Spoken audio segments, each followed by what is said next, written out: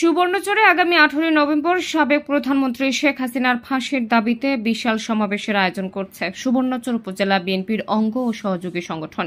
সে সমাবেশকে সফল করার লক্ষ্যে শুক্রবার সন্ধ্যায় সুবর্ণচর উপজেলার 8 নং মোহাম্মদপুর ইউনিয়ন বিএনপির অঙ্গ সংগঠনের আয়োজনে চরক্লার্ক উচ্চ বিদ্যালয়ের হলরুমে প্রস্তুতি সভা অনুষ্ঠিত হয়।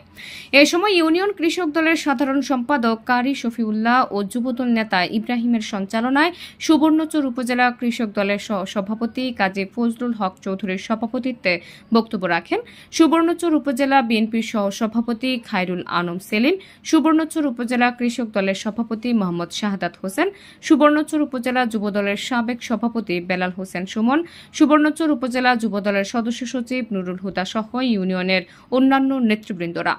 তাছাড়া উক্ত সভায় সুবর্ণচর উপজেলা স্বেচ্ছাসেবক দলের আহ্বায়ক শাকিল আহমেদ, সাবেক সুবর্ণচর উপজেলা ছাত্র দলের সাধারণ সম্পাদক মামুন সহ উপজেলা এবং ইউনিয়নের অন্যান্য নেতৃবৃন্দরা উপস্থিত ছিলেন।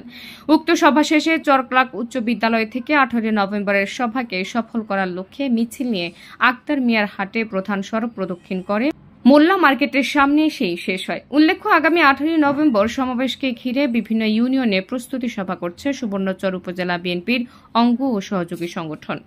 নাহার নিশি, সিএন বাংলা, ডেস্ক রিপোর্ট।